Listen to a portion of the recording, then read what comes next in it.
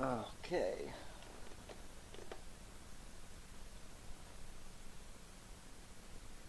Well, I've got the video, I've got the camera on, and I've got my virtual machine running as well, so I'm just hoping I'm not going to crash the computer because I've got too much running right now. But I'm only planning on doing a short video anyway, so hopefully it won't it won't go bottoms up, as you say, whatever. Anyway, I'll bring my virtual machine back up because I want to see what's going on. Let's see.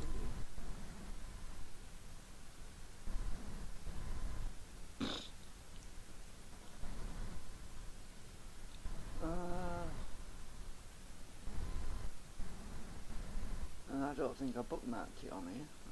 Did you?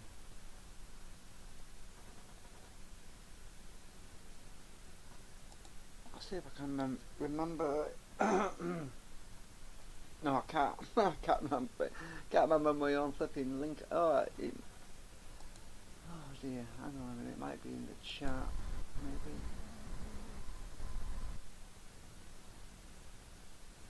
No, I'm on the virtual machine, you see, and I haven't got anything bookmarked on here.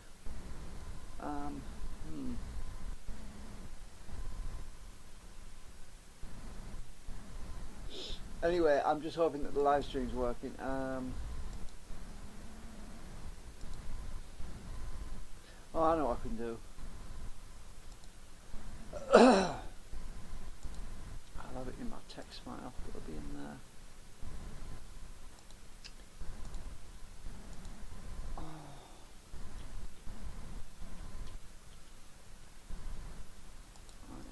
Should be.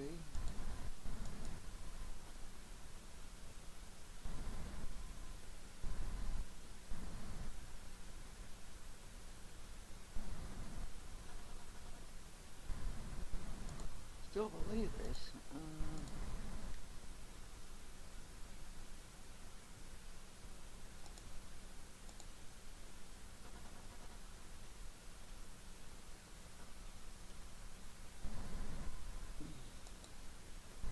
It's not in there. What the heck? Anyway, hang on a minute. I just wanted to show something. Right, I've got two sets of laminations on magnets here. Well, the laminations, I've just put two on each side.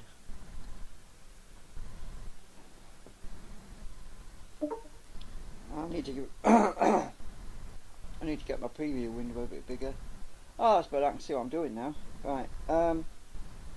Right. There's two sets of there's laminations. Right. These are the magnets in the middle. Right. And well, they won't splaying out because the magnetic field pushes them apart. Now these go inside my bobbin. Right. Like that. And also they go inside my magnet holder. Like.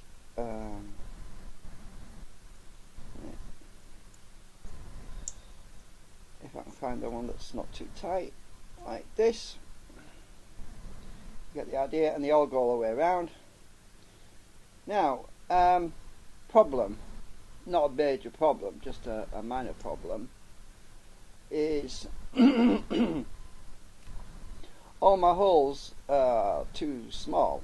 Well, not too small, they're just a little bit too far outwards, and they want to be filed inwards, because what I found out was due to my mould when I made these bobbins, the silicone rubber must have been bored out a little bit, and it's causing the laminations not to line up properly with the holes.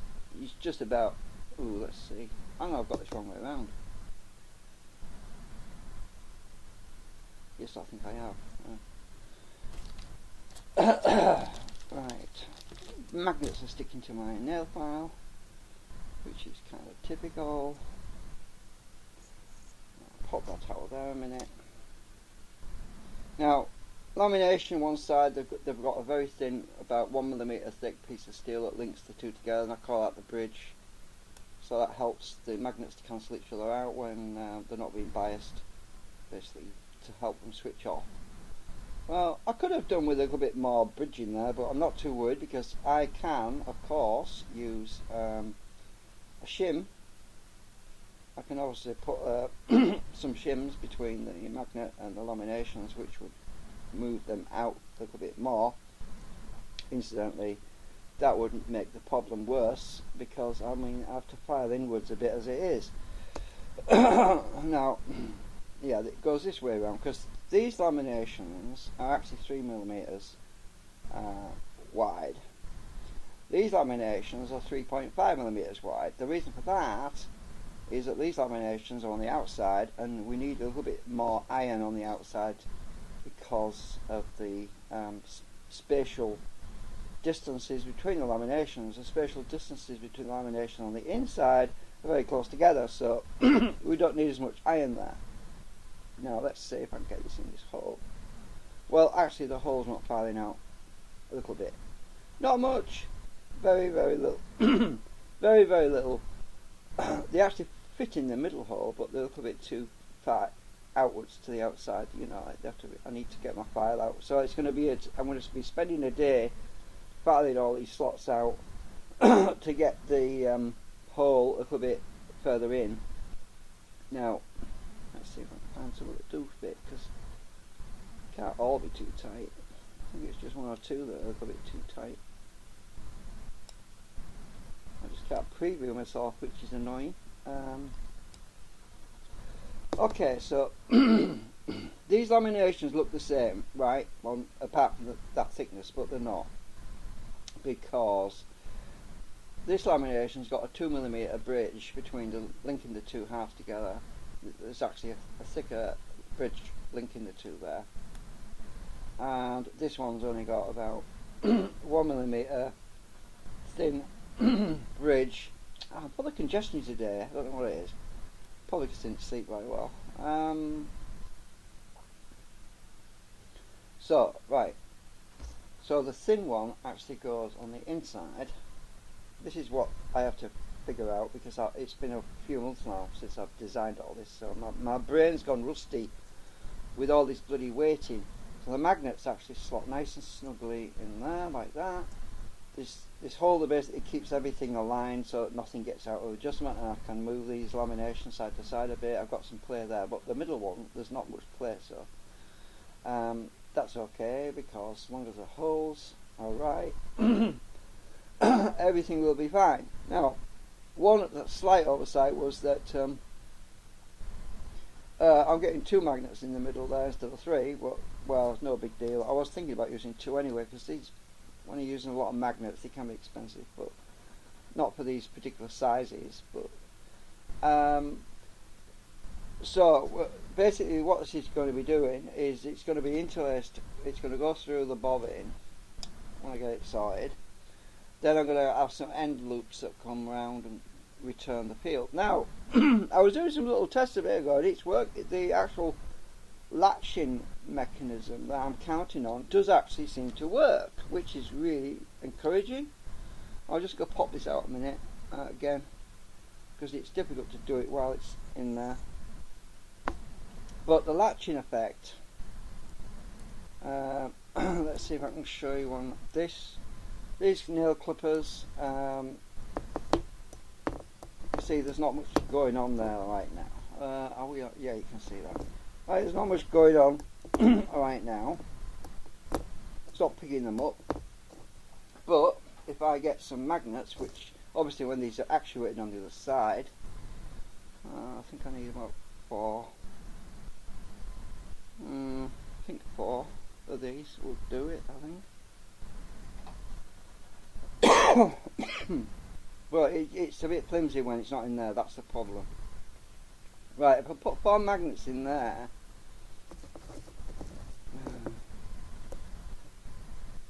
we actually have a latch in effect, because these magnets also want to pull towards each other, so they actually couple up. So you can see that this thing is pulling now. It's actually got a strong, well, fairly strong grip on these nail clippers. Right, now if I take these I'll just get it on there. Now, for some reason, it's interesting that the actual flux is weakening the longer it's on there, and that's useful, actually, because that means that we have an inductive switch going on here, and the more it's saturated, the more it seems to weaken. It's actually weakening as I'm going along, which is interesting. I'll take these magnets off, reverse them around. Now look at that, it's strong again. That's what I'm wanting. I want it to have a strong pulse, and because it's like a switch. If you look at the way it's arranged, it's like I suppose you could call it a Star Wars thingamajig fighter, because it looks a bit like that, but it's not. Anyway, now look at that. It's weakening again. Though. That's really interesting, isn't it? I haven't done anything. It's weakening all by itself. The switch actually switches, and we get a strong switch. It lifts that thing up. Then after a minute or two, obviously when we've got a coil on there, we're going to be soaking up that magnetic energy, and it's going to be drawn away. So, but because there's nothing drawing that magnetic energy away, now look at this. Let's see. Now it's picking up. This is really weird, actually, how this is working. You know, it's really kind of strange, actually. Now, if I flip the magnets around again, just get this right. I'm only using little tiny magnets. There we go. Now we have a closed circuit. We have two closed circuits. We have a closed circuit at the top, which is basically acting like a switch, which is pulling these magnets into this loop, which is freeing these magnets down here to actually engage this, which is basically what's going on. Right? Take these magnets out. Now, as soon as I move the magnets, it drops off. Interesting. It's actually picking them up at the moment without any magnets in at all. But it's not now. This is really curious, actually, what's going on, because I've been trying to measure it on my gauge, but I'm not feeling much magnetism on here individually, unless you bring them together and they become like a switch, just like that test that Russ was doing. Now, bring the magnets in. We have a change of polarization. That's actually, it's going to be a lot better when the coil's around here and pulsing at high frequency. It's going to work better. It's going to work the way it's supposed to do. But I'm obviously trying to do this with static magnets, and these magnets on the end isn't ideal because the field needs to be all the way down there, really.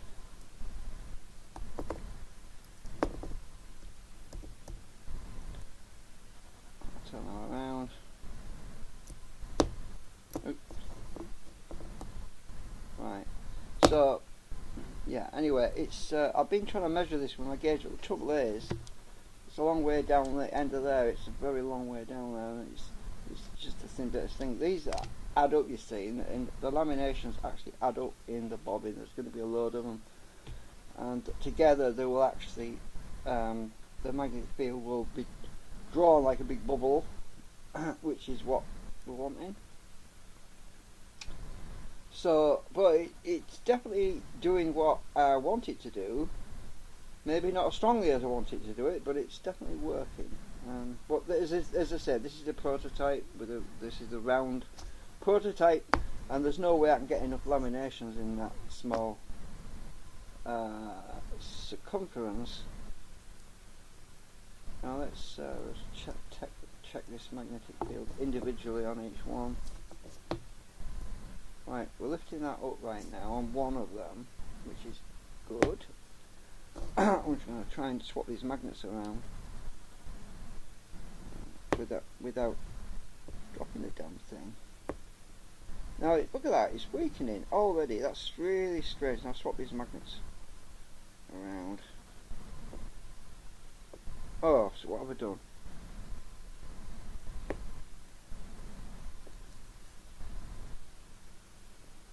Oh, yeah, it's actually turned off this way around. Yeah, because I'm trying to do it one.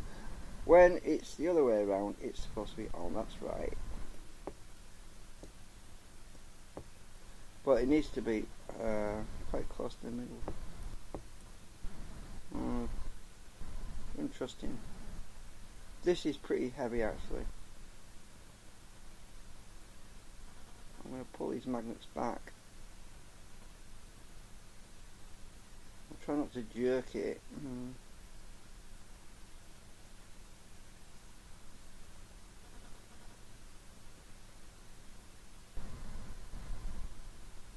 Trying to turn them around with it still on. Oh! It fell off then. It's weak. Really weak look now. Interesting, yeah. That's off. But as a closed circuit, it will pull itself on, which is what we want. Because obviously when the coil the secondary coil draws the energy out of the saturated iron, it will turn itself off. That's the point. And at that moment, so that's where I have to find the exact right frequency to resonate this, so that when it pulls that energy out of there, because when you put these two together, they're effectively pulling each other on. But when we're doing one at a time, it's off all the time, look. That way. But when we reverse the magnets, we're actually actuating these to be individually on now. Well, each one of these is individually being biased on right now, and that one should be biased on as well. Maybe not as much as that other one for some reason. This is thinner iron, by the way. This is 3.5mm thick. This is 3mm thick. So there'll be slight differences. And when these iron comes together, when I'm using all 6 of them around in the circumference, they work together. The actual magnetism is guided by the fact that there's more iron around them. Just as you have in a standard transformer, you have to have a certain amount of iron for the flux to be guided along. But that's really interesting. So that's on right now, this side. They're both supposed to be on, but I'm just not getting enough magnetic field down that thinner one on its own. And I'm only using very tiny magnets actually. These are very tiny. I think the N42s they're not very strong. So that's off now. Is it? I think it's off. Oh, did I turn it off? I can't remember now. I'm getting mixed up.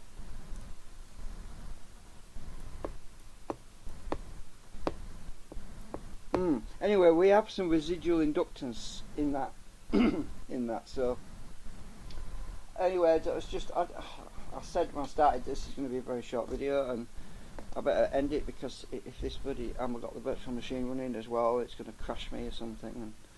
But anyway, I only started the video just to explain that I've got some adjustments to make. I've got 3 of these bobbins I've got to file out. These are fine, these are okay, the magnets fit them fine, no problem. It's just these bobbins I need to adjust. So as I say, there's about half a millimeter. Actually that one's not too bad, it's this outside one is too tight. Yeah, I've got to file out some of these holes because they're just a little bit too small. I've got to get my square file out, but I'm not going to do that tonight. I didn't get any sleep last night, so so basically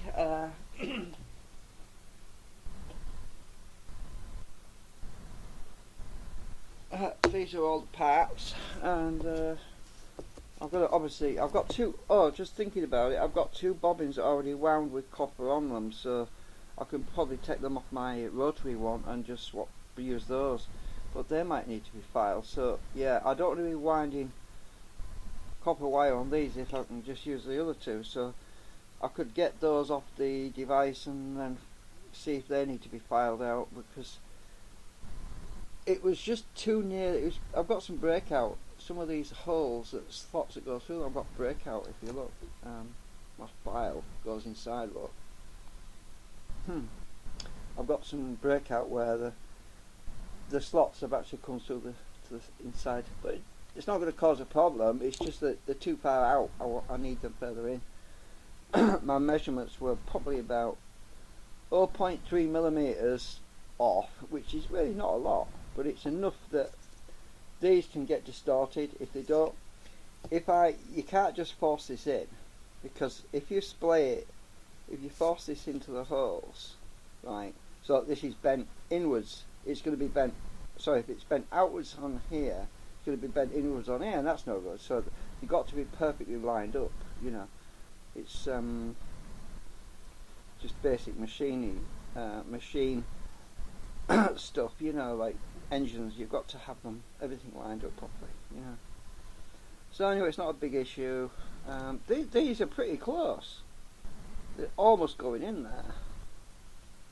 Just a few of them. They're a bit tight. That's all.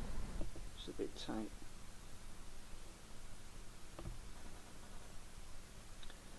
Anyway, we're getting there. You can see how close they are. Just a fraction too tight. See that won't even go in there. Yes, it only just goes in. That's that way around. That's bloody well how close they are. So actually, there's a slight twist in them.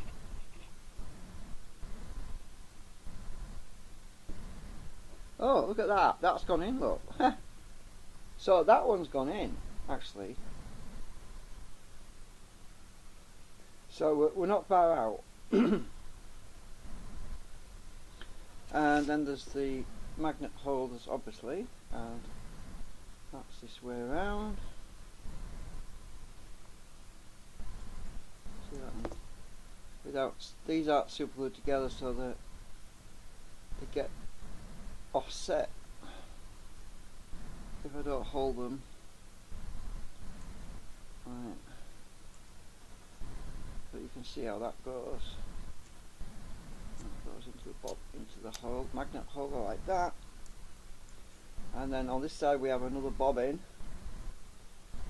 which is it'll be the secondary bobbin on the centre.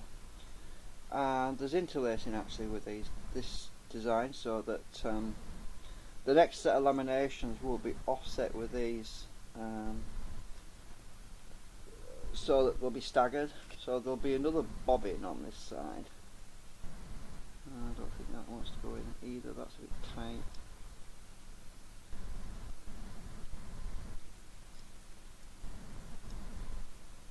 Yeah, I'm going to have to file all these out tomorrow or something.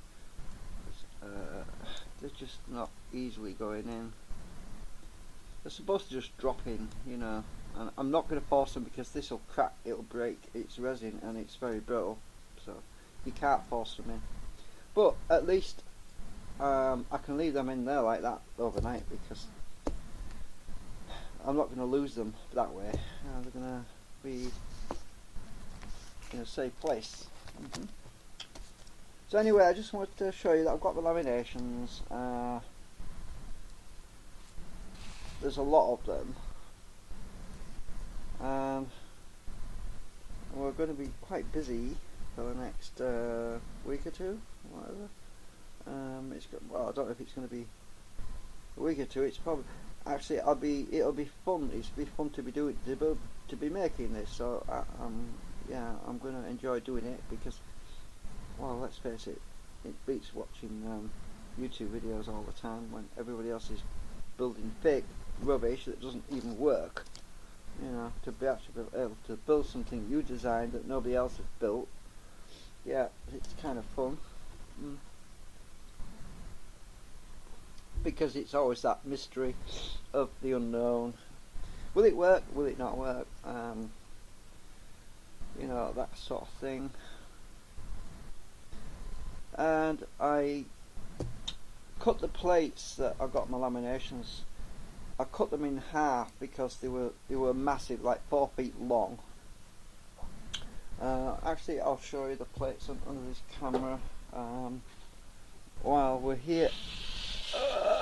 They're heavy. Right, there's two. I've cut them in half now. Now you can see the laminations are all on here. I've taken some out, obviously. Took two out of here. That's one side.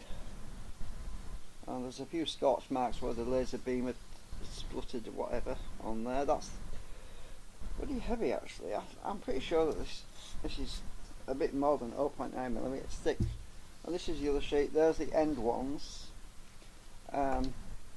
These little L shapes, well not L shapes, they're actually like E brackets, but they're not. There's a little tag where they're tagged in the middle where you push them out and they just drop out basically. So those actually go around to complete the magnetic circuit that I was explaining about, which is basically a latching mechanism, magnetic latching, and I'll be able to flip that around when I pulse it from the other side. That's the whole point anyway. And there's a lot of these E looking things, but they're not actually E, because that little bit in the middle is actually where it's still attached to this plate, and there's it's like a little bit of steel that's left on, and the laser cut around and left a little bit, and basically I just push that down and it'll pop out. And you can see it's already lifted up there a little bit. I'll push it back. I don't want to pull it out yet because I might lose it. So anyway, that's one half of the sheet, which I had to cut in half because it was just so long, and that's the other half. And they're not all the same, as I say. Some of these I've actually took some out at the intersection where they changed, so I could see the difference, because there was no easy way of spotting them. The only difference you can see is that the one set lamination, I've got an overhang on the end and the others have not. I did that on purpose because it's easy to spot which is which. So that's that. Because the measurements are very, very, very there's very, very little difference. You know, like 3.5 and 3mm is very difficult to actually see which is which normally. So, and that's the other magnet holder, which will actually be on the other side, because there's a bobbin. As I said, there's a bobbin that goes in the middle through there, but I can't get it on right now. And then there's another magnet actuator on the other side, like that sort of thing. And then there's another bobbin on the end like that. So we have intersecting points. I think I've actually got these in the wrong way around, because the long one's supposed to be on the inside actually. No worries. No, that's right actually. No, that's right, because those little E things, they actually go through here. They actually intersect and meet up with these. So that's right. Yeah. I keep getting mixed up now myself. It's a bit late and I didn't get any sleep last night, so my brain's not working properly. But I can get that lined up in that other hole on the other side. Anyway, the big question, will it or won't it? You know, will it or won't it work? That is a big question, but well, we'll see. So anyway, sorry I can't put this together properly yet until I get these holes sorted out, but you get the idea, and I'm really quite happy that I'm seeing that switch latching effect, which is what I was looking at, which I described previously, whereas the magnetic fields would pull together, because that's what we need to get this to be balanced. effectively balanced, and it will also be possible to have magnets on the ends to adjust biasing, to fine tune the actual latching effect, so that we can actually, if the latching's too strong, we could have some tiny neodymium magnets right on the ends, across where the E ones link the inside and outside together. We could have some little magnets on there to try to offset too much of the latching effect that we don't want, you know, because there might be too much, there might not be. That's part of the reason why I'm using quite thin laminations. It's the thicker stuff, you've got no chance. You'd have to stick a huge chunky magnet like on there to actually do anything, whereas the thinner stuff you can actuate it and adjust it and tune it a little bit more easily than you can a big chunk of steel, you know, as you can imagine. You try to stick a giant neodymium magnet on a piece of steel that's 2 inches thick, it's not going to make much of a difference. Yeah, just as an analogy. So, right,